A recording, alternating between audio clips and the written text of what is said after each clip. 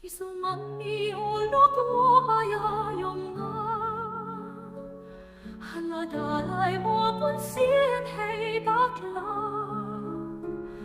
기수만이 올라 풀겐 영나 하워모 헬쿠슬라이 르나 Haladaman buat lot watuna Kmeni mensian wawakim muniyana Pinmano nga uchak kriyome Wayay nelim teduame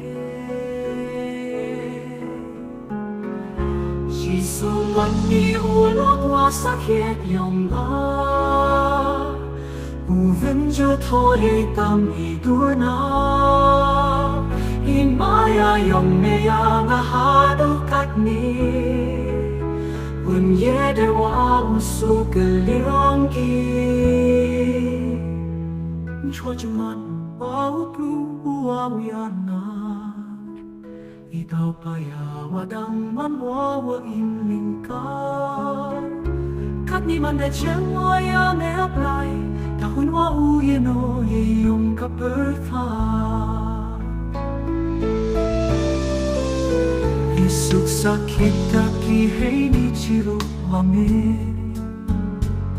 Haladalay wa chiru wakijinge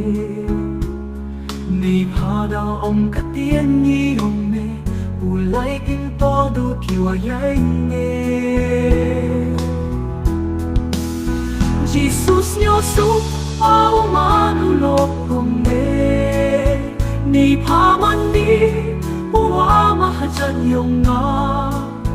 Na tuwas tang sakibin kote Ni pamandi ulok kote Jibin manu ninin tuduwame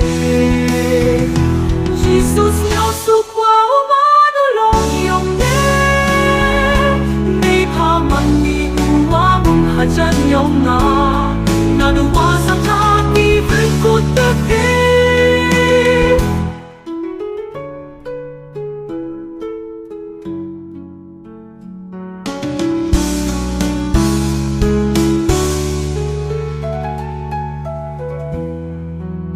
Jesus nyosok au manulok ang Ni paman mi uwa mahajan yung